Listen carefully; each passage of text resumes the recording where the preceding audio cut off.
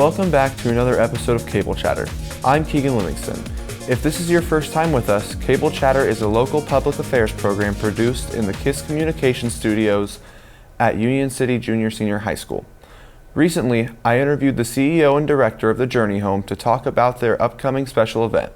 But first, here are some community events scheduled in our area. On Saturday, August 26th, the band Tantrum will perform at 7 p.m. at Artisan Crossing in Union City. On Sunday, August 27th, the third annual Motor Madness will take place at the Winchester Speedway at 12 p.m. Also at the Winchester Speedway, the World Stock Car Festival will take place on Friday, September 1st at 3 p.m., then Saturday and Sunday, September 2nd and 3rd, starting at 10 a.m. each day. Also on Friday, September 1st through Monday the 4th, the annual Winchester Labor Day Marathon Slow Pitch Softball Tournament will take place at Goodrich Park. Moving on, the Journey Home Benefit will take place on Saturday, September 9th, starting at 2 p.m. Later, the John Beatrice Band will perform at the Goodrich Park in Winchester on Friday, September 22nd. On Saturday, September 23rd, the Union City Fiesta will begin at 12 p.m. Finally, a downtown cruisin' will start at 1 p.m. on Saturday, September 30th. Of course, you can find several good places to be each week in Union City and the surrounding areas of Randolph and Darke counties. Check the local social media for current events and happenings such as Randolph County United and Randolph County Tourism. When we return, we will share my interview with Eldon Solomon of the Journey Home. Please stay tuned.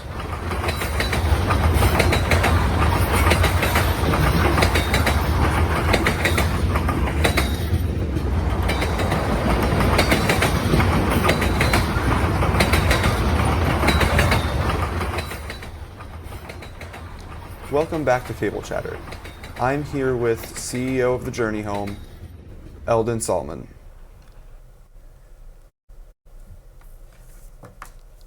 Okay, so have a few questions for you today about your upcoming event.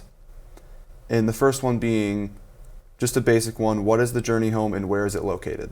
So the Journey Home is a veteran outreach organization, and our national headquarters is in Winchester. We have a national footprint, which means that we work with veterans all over the country that are either at risk of becoming homeless or actually homeless at any kind of moment in time.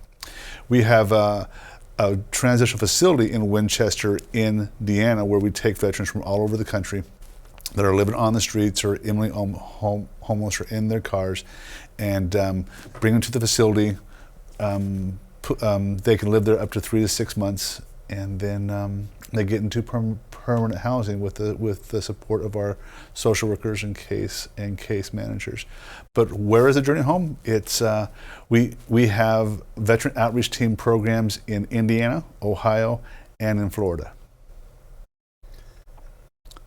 And then how long has the Journey Home been operating, and how long have you been involved with it? Yeah, so I'm the CEO and director of the Journey Home. The Journey Home has a wonderful story, a grassroots story of local community members. Started out like any other grassroots project, two or three people over a cup of coffee or something like that sat down and said, there's a problem in the county, in the area, in Indiana, in the nation, with the amount of veterans that are committing suicide or at risk, and we need to do something about that. The charge was really led by Mike Kennedy and Linda D. Haven, and they really kind of pushed this effort forward. But quickly, the county, Randolph County, kind of stepped into play pretty quickly. And in 2014, March of 2014, they opened up the transitional facility we have in Winchester, in Indiana, today. I got involved as a board member in 2015, about a year later, and there were some struggles in terms of how to move this mission forward. New leaders kind of stepped in. The Winchester mayor, Steve Croyle, Jim Huffer from Union City, Gary Gerton, Claudia Thornburg, and myself and others kind of just said, okay, what can we do to kind of help and lift up this mission a little bit more? And that's when the focus around total outreach began to really take shape.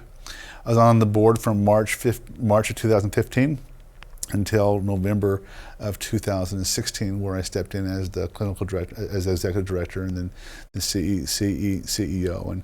And we've been moving this mission to find veterans that are homeless and at risk forward and out ever since. And then, what made you want to be involved with the Journey Home? Great story. Great question and story, I guess. I grew up during the Vietnam era, and through high school, grade school, middle school, high school, and the military was kind of a four-letter word. It didn't really have a lot of respect, and I didn't really take my service to country as seriously as I probably should have. And at some point in my adult life, my life choices and my patriotism kind of collided. And I'm a trained psychotherapist. I'm a licensed mental health counselor here in Indiana, and practicing clinician, and I began to really look at how can I help veterans and help military personnel function better, differently, and integrate back into their community once they leave the military, once they come home from war. So that's, I first started getting involved in counseling veterans and counseling military personnel. But then I also, in about 2007, started to do consulting work for the Department of Defense through it's called the Military and Family Life Counseling Program, where I had the opportunity to travel all over the country, all over the world, helping military personnel manage combat issues. And so when Steve Croyle called me in March of 2015 to come on the board, it wasn't really a hard decision. He had talked about that things weren't going well with the board of directors, and they're at risk of losing their momentum and losing the mission. And he wanted me to come on and lend my mental health expertise to this cause. And he said to me at that point that this mission is too important, too big for us to lose. And so I jumped in and added what I could to the board of directors. We began to really work well with the U.S. Department of Veterans Affairs. We got health care for homeless veterans contract with them, but the programming wasn't going well, and the VA said, if you want a longer contract, you need to get better. So that's when they looked at me on the board and said, would you leave your current employment and come on as the CEO and the director of the Journey Home? And it was interesting because we didn't know if the Journey Home would still be alive in a year after that time. But I remember telling my wife when I made the decision to take the risk and leave my employment and come to the Journey Home is that I can find a job anywhere. I've had a good career, and I won't ever be unemployed if I don't want to be. But I didn't know what I would do if I woke up a year later and the Journey Home closed the doors and I didn't do anything to keep it alive. Mm-hmm. And that love for our veterans and that desire to make a difference in the lives of those who have paid the ultimate price and have made that sacrifice has been really what drives me and my work as the CEO and director of the Journey Home. And it really is what drives, that same passion is what drives all the staff and all the volunteers, including our board of directors.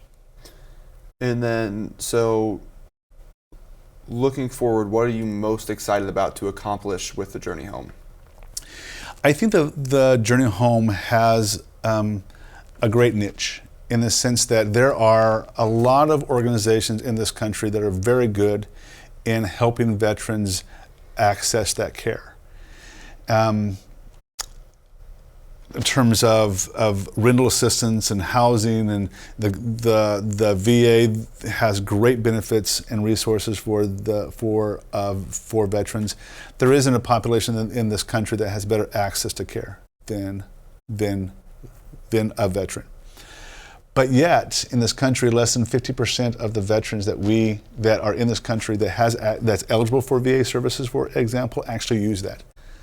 In Indiana, that number is probably close to 35%, only that many veterans. There's probably 60 to 65% of the veterans that don't even access the care that's available to them. There is a counted 37,000 veterans on average that are homeless, but there's 1,400,000 veterans in this country that are at risk of being homeless, and they're isolated. And the only difference between a homeless veteran and an at-risk veteran is that one has a house and the other does not.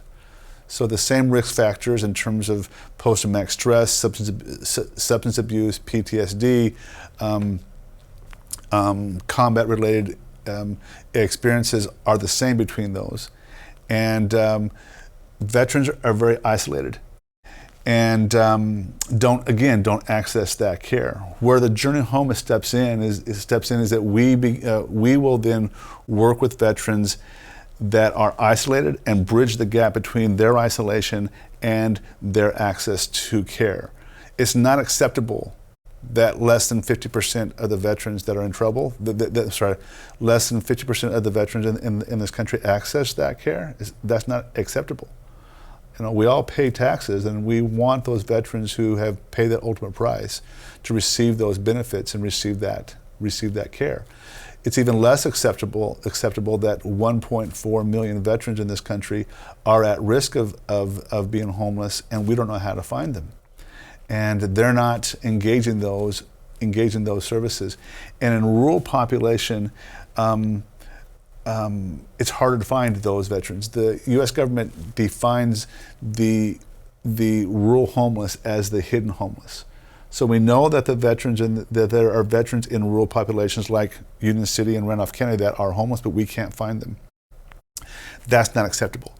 We have to be able to find them, and we got to figure out how to find them. And that's where the mission of the Journey Home excels, and in bridging that gap. Last year, we found 890 veterans. In 2022, we found 890 veterans that were in trouble or not accessing care. And that's a niche that, you know, as I go across the country and talk to others throughout the country, that's a niche that no one's is addressing right now. If you look at our mission graphic in that bridge, you have a lot of veterans that can act. There's a lot of access to care, but there is more veterans not accessing that care than there are actually accessing it. So we want to find them and bring them home and bring them into that support within their community.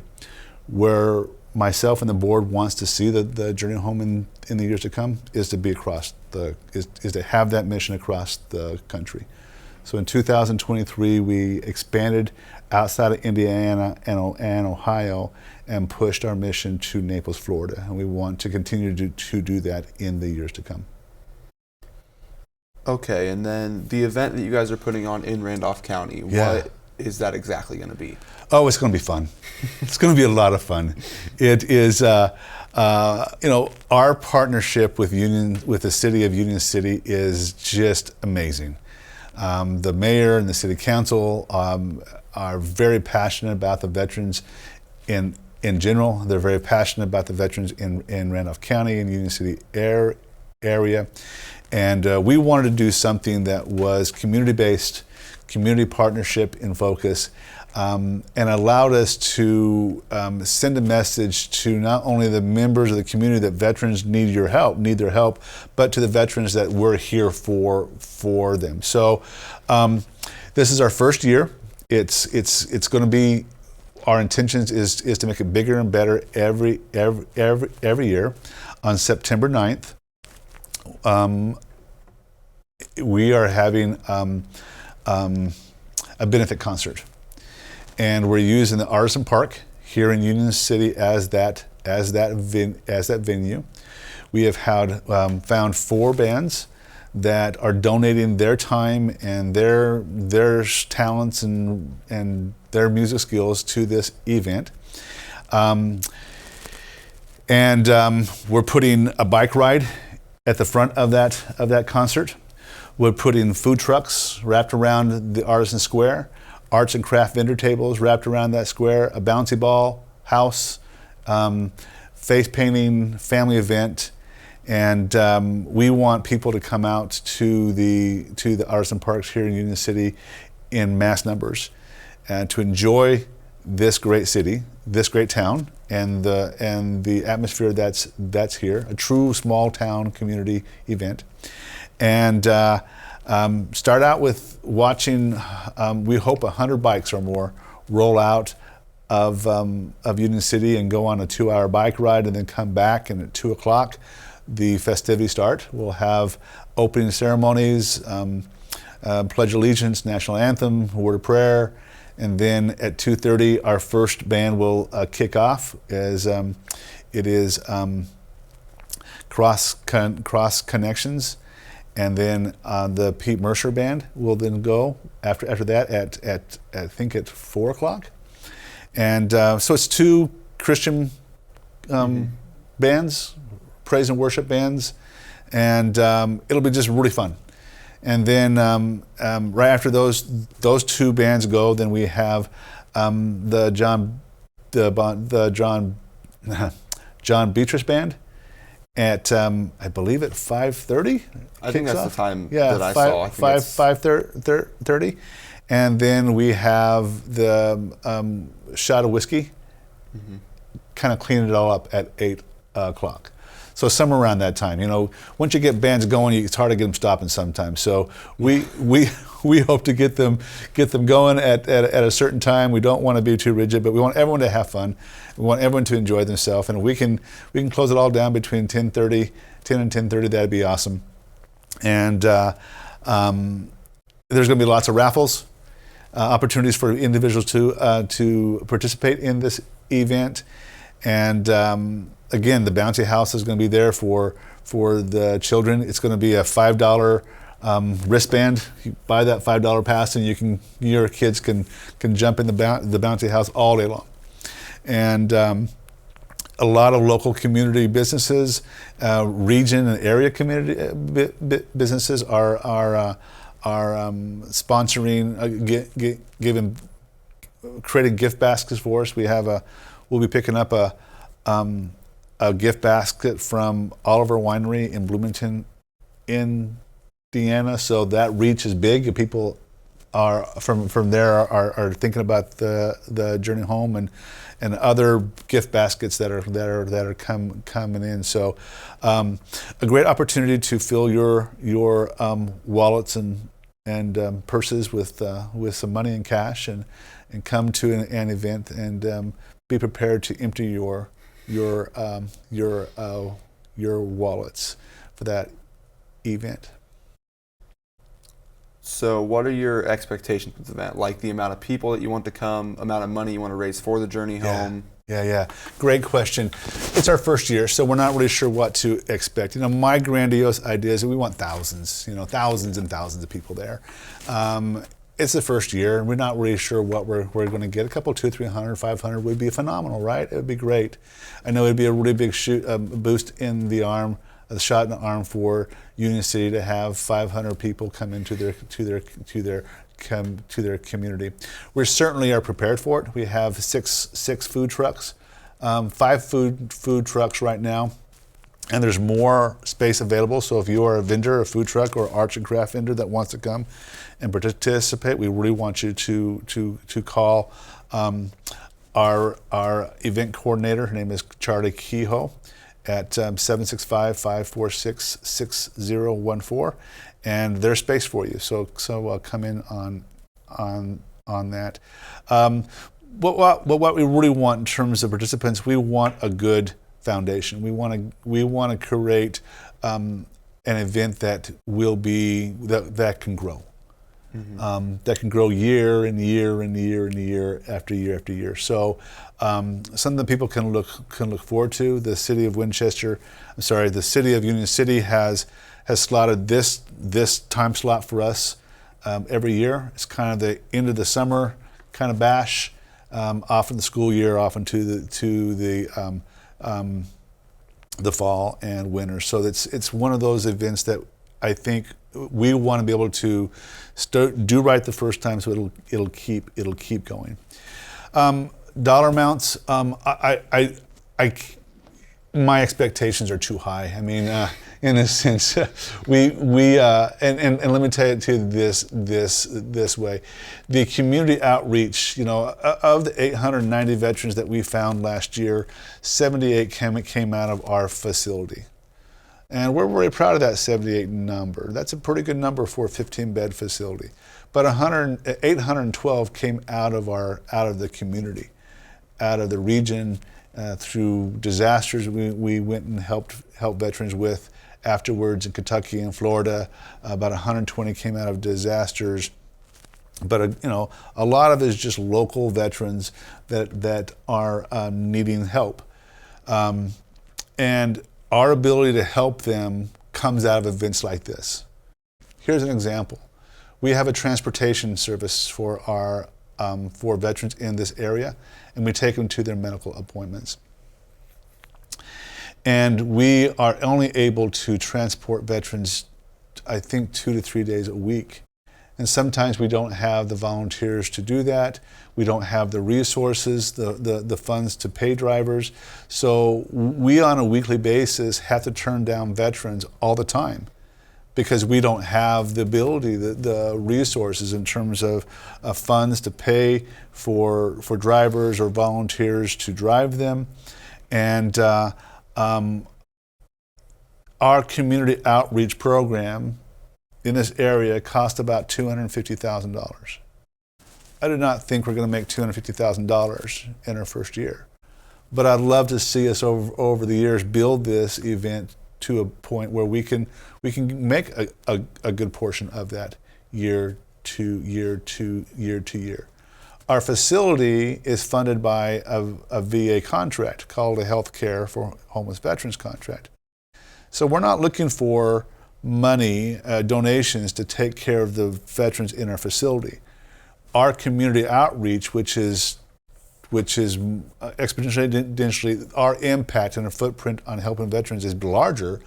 That comes strictly from philanthropic giving, donations, grants, and we work really hard to raise that money so that we can do the work outside the facility and in the community.